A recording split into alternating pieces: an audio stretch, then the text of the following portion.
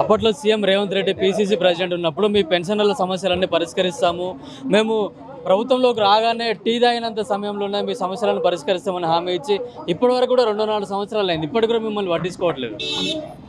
నా పేరు బి సత్యనారాయణ, కరీంనగర్ జిల్లా జనరల్ సెక్రటరీ హెచ్బిఏటి. మేము గత ప్రభుత్వంలో ఉండేటటువంటి సమస్యలు అదేవిధంగా ఉన్నట్లో ఏరి కోరి తెచ్చుకున్నటువంటి ప్రభుత్వము రేవంత్ రెడ్డి ప్రభుత్వము మనం ఇంతవరకు కూడా ఏ సమస్యను కూడా పరిష్కరించక చాలా ఇబ్బందుల్లో పాలు చేస్తున్నారు.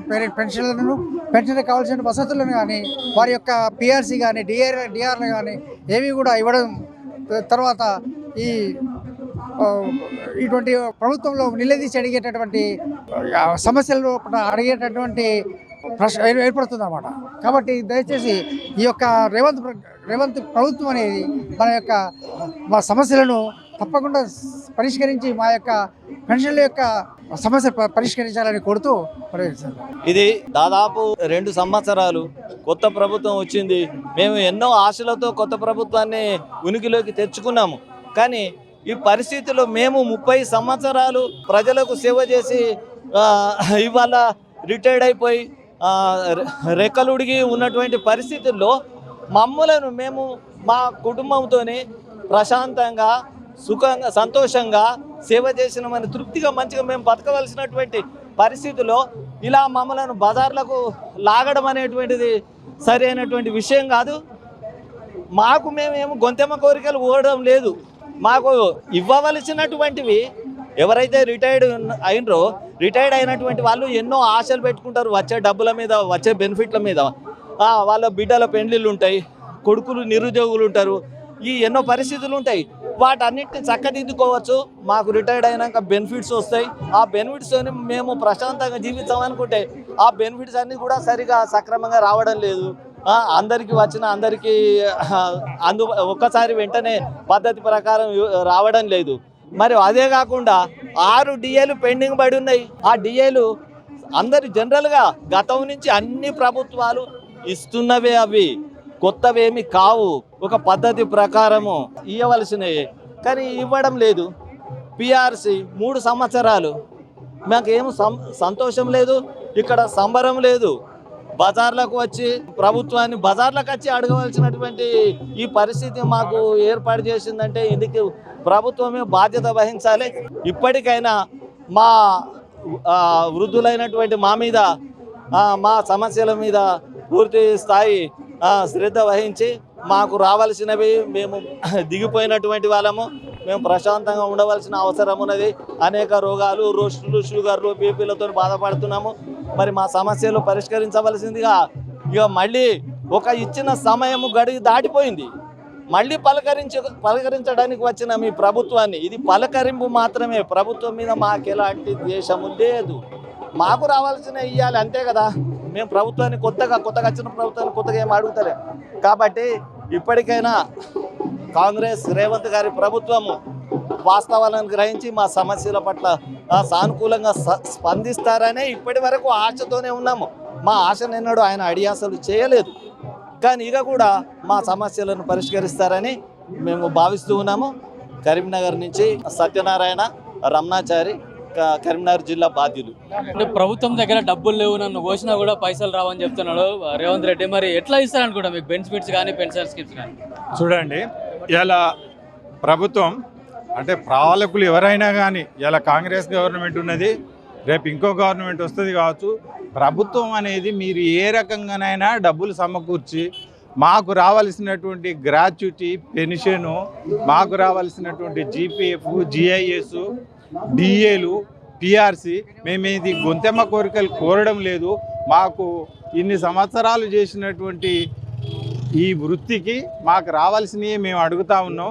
కాబట్టి ఈ రోడ్డున పడేసి మమ్మల్ని రోడ్డుకి ఇడ్చి పోరాటం ద్వారానే మళ్ళీ మేము సాధించుకుందామని ఇవాళ ఈ ధర్నా శిబిరానికి వచ్చి మేము కరీంనగర్ జిల్లా నుంచి వచ్చి ఇక్కడ సంఘీభావం తెలియజేస్తూ ఈ తరఫున మేము ఇంకా రాబోయే రోజులలో ఈ ధర్నాతోని ప్రభుత్వం కళ్ళు తెరవకపోతే రేపు రాబోయే రోజులలో రిలే ఫాస్ట్ చేసైనా ఈ ప్రభుత్వం యొక్క మెడల్ వంచి సాధించుకొని మేము పొందుతామనే అటువంటిది మేము కరీంనగర్ జిల్లా తరఫున వ్యక్తపరుస్తాం. ఏంటంటే ఈ యొక్క మా ధర్నా ఉద్దేశం ఏంటంటే మాకు 2023 నుంచి రావాల్సిన పిఆర్సీ కానీ, తర్వాత పోతే డిఏ ఏరియర్స్ కానీ, తర్వాత 2004 నుంచి ఇప్పటి 26 వరకు వచ్చేటువంటి మేము జమ చేసుకున్నటువంటి జీపీఎఫ్ కానీ పిఎఫ్ కానీ ఎలాంటి ఇవ్వకుండా మమ్మల్ని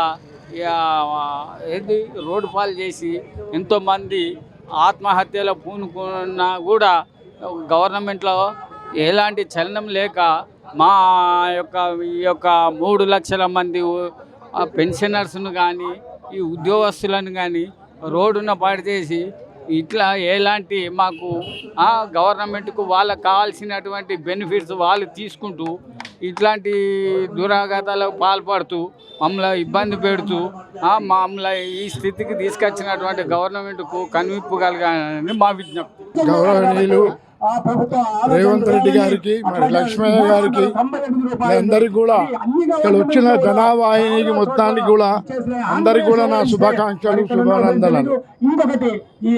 అయ్యా రేవంత్ రెడ్డి గారు మరి మా కోరికలు మీరు ఒక్కటి కూడా పట్టించుకుంటలేరు. మీరు మీ క్యాబినెట్ మీ హోదాలు మీ పదవులు ఇదే చూసుకుంటారు కానీ పబ్లిక్ ఏం చేస్తుంది, పబ్లిక్ ఏమైతుంది, మనకు కావాల్సింది ఏంటి పబ్లిక్ అనే ఒక ఊహ మీకు రావడం లేదు. ఎవరు నేర్పుతుండ్రో ఏమో కానీ అసలు మీరు ఎంప్లాయీస్ గురించి పట్టించుకుంటం లేరు. ఎంప్లాయీస్కు ఉన్న బాధలు, ఎంప్లాయీస్కు ఉన్న పింఛనర్ బాధలు వీళ్ళందరికీ కూడా మరి మన మీరు ఒక్కసారి ఆలోచించాలి, మీ క్యాబినెట్ చర్చించాలి. చర్చించి మా కోరికలన్నీ దూరం చేయాలని మేము కోరుకుంటున్నాం. మరి లక్ష్మయ్య గారు ఈ ప్రోగ్రాం పెట్టినందుకు మేమందరం కూడా ఎంతో సంతోషంగా ఈ ధర్నాలో పాల్గొంటున్నాం. ఈ పాల్గొన్నందుకు మాకందరికీ ఇవన్నీ కూడా సక్సెస్ కావాలని మా కోరిక. లేని చోట మరి దాని తర్వాత దాని పరిణామం ఏమవుతుందో మీకు కూడా తెలుసు, మాకు కూడా తెలుసు, అందరికీ ప్రపంచంలో అందరికీ తెలుసు. కనుక మీరు తప్పకుండా మా చర్యలు తీసుకోవాలి, మేము మా కోరికలు నెరవేర్చాలి. అప్పుడే కానీ మీరు రేవంత్ రెడ్డిగా మన తెలంగాణ సీఎంగా నిలబడతారని నా కోరిక. మీ టీవీ యాజమాన్యానికి కృతజ్ఞతలు. సార్, కాంగ్రెస్ పార్టీని అధికారంలో తీసుకొచ్చింది మేము, ప్రజాభిప్రాయాన్ని కూడా మార్పు చెంది తీసుకొచ్చింది మేము. అప్పుడు 100% ఈ ప్రభుత్వం మీద నమ్మకం ఉండే, ఈ ప్రజాప్రభుత్వాన్ని ఎప్పుడైతే పేరు పెట్టుకుందో మాకు నమ్మకం ఉండే. 100% పోయి ఇప్పుడు 50%కి వచ్చింది సార్. మరి ముఖ్యంగా 3 డిమాండ్ సార్. పిఆర్సీ వెంటనే ప్రకటించి 51% తోటి ప్రకటించి మా ఏరియర్స్ కట్టియాలి. పాత పెన్షన్ విధానాన్ని వీళ్ళు హామీ ఇచ్చిన విధంగా పునరుద్ధరించాలి. హెల్త్ కార్డులు ఇచ్చి అన్ని రోగాలకు వైద్యం సేవలు కల్పించాలి. గత కాలము మేలు వచ్చు కాలము కంటే అని కవి అన్నట్టు గత కాలం మేలు అనిపించద్దు. ప్రజలు కూడా మళ్ళీ మార్పు దిశగా ఆలోచన చేస్తున్నారు. ఇప్పటికే ఈ ప్రభుత్వం బ్యాలెన్స్ చేసుకోవాలి, చేసుకొని ఇక నుంచినైనా మంచిగా ఉద్యోగుల పట్ల మంచి వైఖరితోటి, న్యాయమైన వైఖరితోటి, ఏం అధికంగా ఇవ్వాల్సిన అవసరం లేదు, న్యాయంగా మాకు రావాల్సిన మాకు ఇట్లేసి మేము వాళ్ళ ఓటు బ్యాంకుని, ఈ కాంగ్రెస్ పార్టీ ఓటు బ్యాంకు మమ్మల్ని కాపాడుకుంటే వాళ్ళు ఇంకొకసారి అధికారంలోకి వస్తారు. మమ్మల్ని మాత్రం విస్మరిస్తే మేము కూడా విస్మరిస్తాం సార్. దయచేసి ప్రభుత్వానికి విన్నవించుకుంటున్నాం, మనవి చేస్తున్నాము. ఎంతంటే ఒక బానిస కాల్మోక్తా అని ఎట్లా అంటాడో మేము ఉద్యోగులము ఈ రేవంత్ రెడ్డి కాల్మోక్తం అయ్యా మా డిమాండ్లన్నీ మాకు రావాల్సిన న్యాయంగా రావాల్సిన కోరికలు మాకు ఇవ్వనంటారు. మేము రాజ్యాంగాన్ని రక్షిస్తామని మీ అధినాయకత్వం అంటది. మరి వారి పరిపాలన రాజ్యాంగ హక్కులు హరించబడుతున్నాయి. మరి వాళ్ళ అధినాయకత్వానికి వినబడడం లేదా? ఇక్కడ ఏం జరుగుతుందో వాళ్ళని అధినాయకత్వం చూసుకుంటాం లేదా? ఇక్కడ ప్రజలకు ఇచ్చిన హామీలు ఏంది, మన స్థానిక నాయకత్వం ఆ హామీలను అమలు చేస్తున్నదా లేదా, మన ఓటు బ్యాంక్ ఏందని అధినాయకత్వం కూడా గుర్తుంచుకోవాలి. ఈ రాష్ట్ర నాయకత్వం కూడా వెంటనే ఈ ముఖ్యమైన 3 డిమాండ్లను వెంటనే అమలు చేసి మళ్ళొక్కసారి 2022లో అధికారంలో రావడానికి బాటలు పరుచుకోవాలి. లేకపోతే నష్టపోతారు సార్. ఎవరైనా చెడ్డ పని చేస్తే నష్టపోతాం. ప్రజాభిమానాన్ని కోల్పోయిన ఏ వ్యక్తి అయినా, ఏ సంస్థ అయినా, ఏ వ్యవస్థ అయినా కనుమరుగాక తప్పదు. ప్రజలాభిమానం ఉన్న రోజులే ఏ వ్యవస్థ అయినా కొనసాగుతుంది. ప్రజల అభిమానాన్ని కోల్పోతే మనకున్న వజ్రాయుధం, ఓటు హక్కు ఉన్నది. మేము ప్రజలలో తిరిగి ప్రజలను చైతన్యవంతులను చేసి మేము ప్రభుత్వాలు మార్చడానికి కృషి చేస్తున్నాం. ఎప్పుడే కానీ ఉద్యోగాలు ఇస్తారు కానీ పెన్షన్లు కానీ 2024లో అదే జరిగింది, 2004లో అదే జరిగింది చంద్రబాబు వ్యతిరేకంగా. ఇప్పుడు మొన్న టీఆర్ఎస్ వ్యతిరేకంగా జరిగే ఈ ప్రభుత్వం అధికారంలోకి వచ్చింది. మళ్ళా నిజమైన కార్యకర్తలము మేము వాళ్ళ దగ్గర ఏం ఆశించకుండా ప్రభుత్వాన్ని అధికారంలో తీసుకొచ్చిన కార్యకర్తలము. మమ్మల్ని కాపాడుకోవాల్సిన బాధ్యత ఈ ప్రభుత్వానికి ఉన్నది. మమ్మల్ని కాపాడుకోకపోతే కార్యకర్తలను కోల్పోతుంది. చెట్టు తన వేర్లను తను కోల్పోతే మనుగడ సాగించలేదు. అదేవిధంగా ఈ ప్రభుత్వానికి కాళ్ళము, చెవులము, కండ్లము అయిన మమ్మల్ని కోల్పోతే ఈ ప్రభుత్వం జీవోత్సవం అయితే మరొకసారి అధికారంలోకి రాదు. మేము ప్రజాస్వామ్యబద్ధంగా మా ఓటు హక్కు ద్వారా మేము మా నిర్ణయాన్ని మేము తెలియజేస్తాము. మీ యజమాని కృతజ్ఞతలు. మేము మా డిమాండ్లు కావు, ఇవి మా కోరికలు కావు. మాకు రిటైర్మెంట్ అయిన తర్వాత వచ్చే డబ్బులు ఇయ్యరా బాబు అని 2 ఏళ్ల నుంచి ప్రభుత్వానికి మొరబెట్టినా కూడా అది పెడచెవిన పెడుతుంది గవర్నమెంట్. కనీసం ఈ రకంగానన్నా మేము రోడ్ ఎక్కితే ఏమన్నా మాకు వచ్చే డబ్బంతా ఇవ్వాలని నేను ప్రభుత్వాన్ని కోరుతున్నాను. 398 special teachers and pensioners association మా 398 స్పెషల్ టీచర్లకు నోషనల్ ఇంక్రిమెంట్లు ఇవ్వాలని చెప్పేసి గత 5 సంవత్సరాల నుండి నిర్విరామంగా కృషి చేస్తున్నాం. ప్రభుత్వం రేపు మాపంటూ వాయిదాలు వేస్తుంది.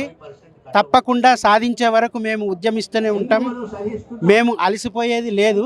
ఖచ్చితంగా సాధించే వరకు మేము జేఏసీతో ఐక్యంగా ఉండి సమస్యల్ని సాధించే వరకు అలుపెరగని పోరాటానికి సిద్ధం. అవసరమైతే ఆమరణ నిరాహార దీక్షకు కూడా మేము వెనకాడేది లేదు. నోషనల్ ఇంక్రిమెంట్లు సాధించే వరకు మేము తప్పకుండా పోరాట పడుతూనే ఉంటాం. ప్రభుత్వం తక్షణమే మా యొక్క సమస్యను సానుభూతితో పరిశీలించి మా 398 స్పెషల్ టీచర్ల సర్వీస్ కాలానికి నోషనల్ ఇంక్రిమెంట్లు ఇవ్వాలని చెప్పేసి ఈ సభా వేదిక సందర్భంగా మీ అందరికీ మరియు ప్రభుత్వానికి మేము ప్రత్యేకంగా విజ్ఞప్తి చేస్తున్నాం.